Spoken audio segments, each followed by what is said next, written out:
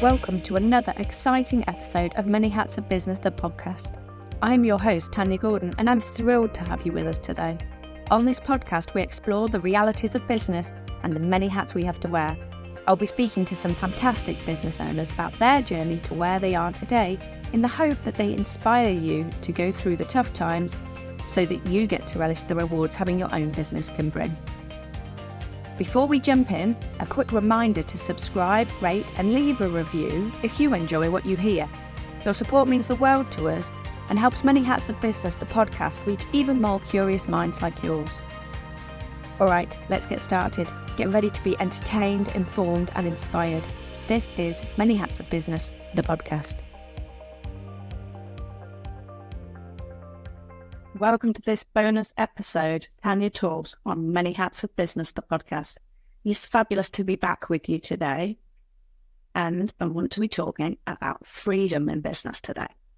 On these short episodes, I'm going to be talking around some of the things I hear from business owners all of the time and give you tips around them so that you can feel like the success that you are. So many people start a business for the freedom it creates.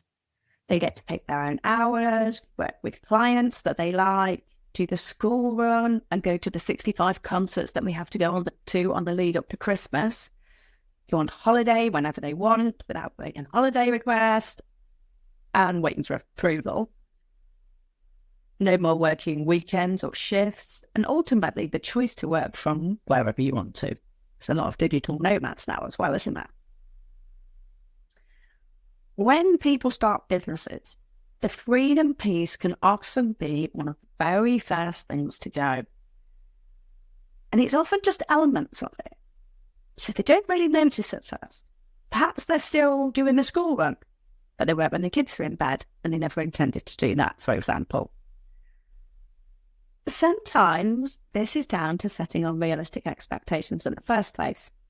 How can you know everything about what it is to run, what it's like to run a business before you've taken the plunge? And there is also an element of boundaries that come into play here. We have to ring-fence our time and be strict with it if we want to protect it. No one else is going to protect it for you. It's something I've struggled with for many years, as I'm a known people pleaser. So don't beat yourself up because it can take a while. And interestingly, I've talked about building your business your way last time, and people pleasing is a good example of this. I've seen so much about people pleasing being a negative trait in recent years. And in a business sense, though, as long as you're charging enough to allow for you to work in that way, it isn't a bad thing. Hear me out. I know I like to please people, so I deliver a high quality service as standard. And then you have to price accordingly for that. A low cost, high quantity business wouldn't be my go-to because it wouldn't serve me, because I would want to give the best level of service I could as my standard, but I wouldn't be being paid for that. And then you potentially start losing some of these boundaries and freedom because of it, and you start to resent your business. And essentially, you've built your business, so you have the power to change the thing that you're starting to resent. But you can see how you work around how you like to work, then how beneficial that can be. I found out more about human design recently, in the last 6 months or so, and I found out that I'm a manifesting generator. Now, I'm not really good on human design, so don't take my information here as to the letter. But essentially, a manifesting generator, you're designed to respond as well.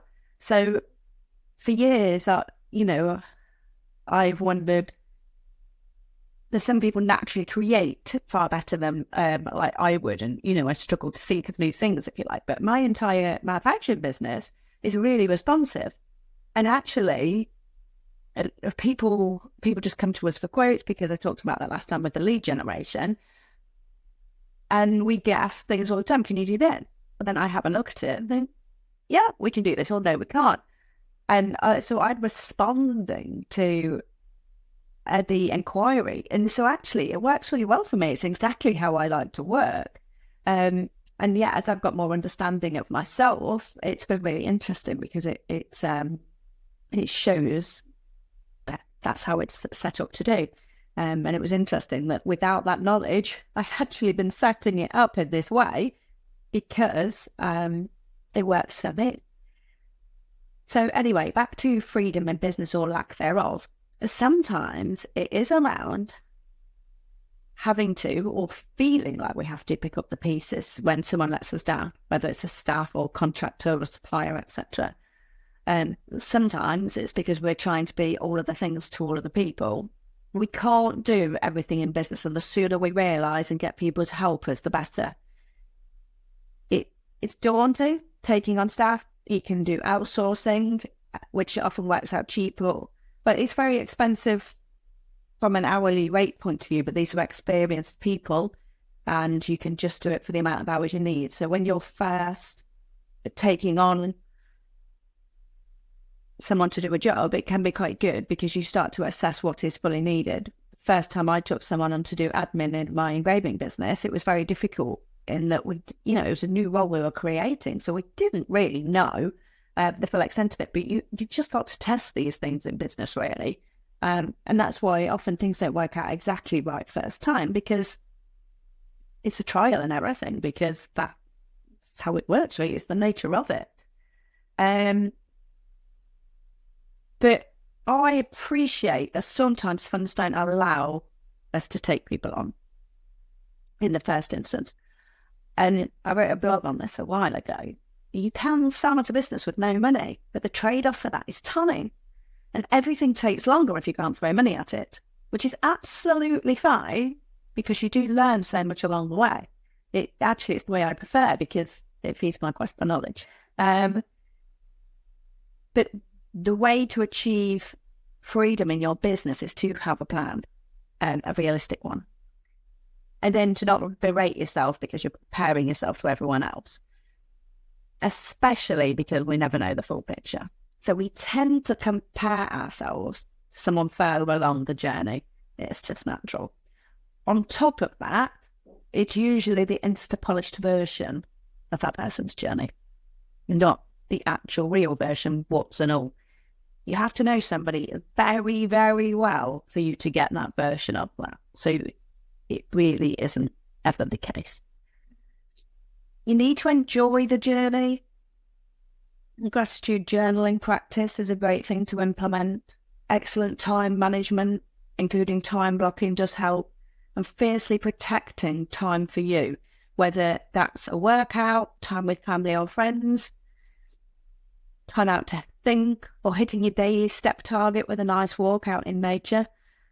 That's a particularly useful one because actually, and it's something I've done quite a lot of recently, I always struggled with feeling like I'd got to be, working all of the time because it's just something how we brought up, and it comes into our business journey. But actually, when you start taking that time out, for example, I sometimes go for a run before lunch.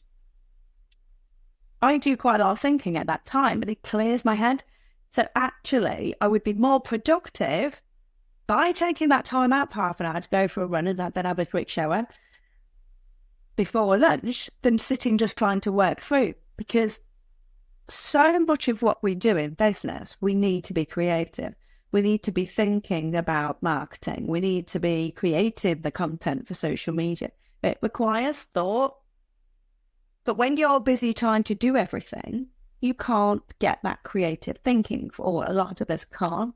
So that works really well for me. And so you're still always working, but you're actually getting something done that's good for you as well and giving yourself that break. We do tend to overestimate what we can get done in a short amount of time. For instance, a year. But we grossly underestimate what we can get done. We grossly underestimate what we get done in a longer period of time, say 10 years or 5 years.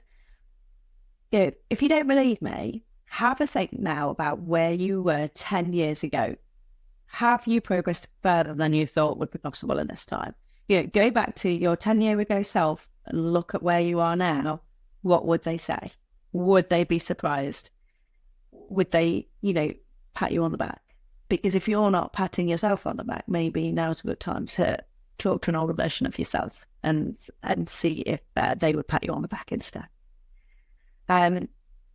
You do need to set your own goals when it comes to the freedom you want in your business to create. And it can be so hard to do that on your own. I've had this experience of that.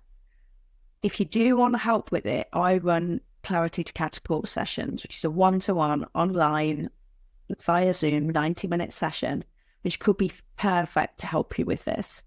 I'll pop a link in there below. But essentially, if freedom, which for most people is one of the big reasons that they started the business, if freedom is one of those things for you, you need to have a look at making that happen. No one else is going to make it happen for you.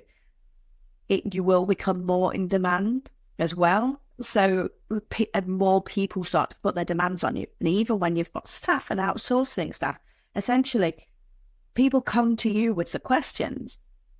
So as you build and you get more people in place, you need to protect yourself in that way as well by putting in someone that is that middle person to do that.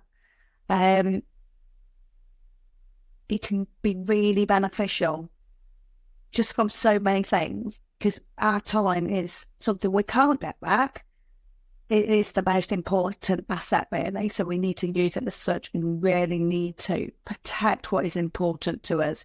I've got a lot of examples of things where people haven't done that and then suffered. I've got a friend who did a training in being a PT and nutritionist because it was something she was very interested in.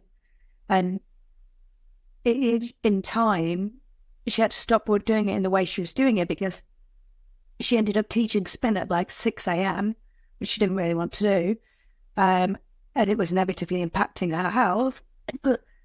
And also, all that ended up happening was her interest, her hobby of going to the gym, ended up being put on the back burner to help everyone else.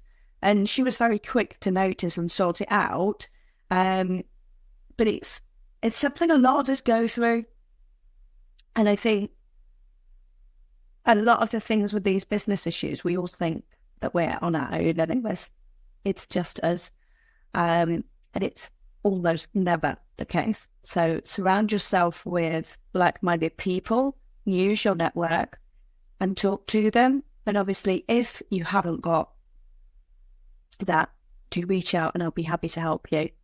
I hope you found this session useful, and I'll be back next week talking about the dreading and thinking about going back to work, because I know a lot of people, as businesses aren't serving them in the way that they wanted them to, and then they're thinking about going and getting a job. So that's what we're going to be talking about next week. Thank you for joining us for this episode of Many Hats of Business, the podcast. Your support means a lot to me. If you enjoyed the show, please share it with your business friends, as they may find it useful too. If you hit the follow button, you'll be first to know when a new episode lands. See you next time.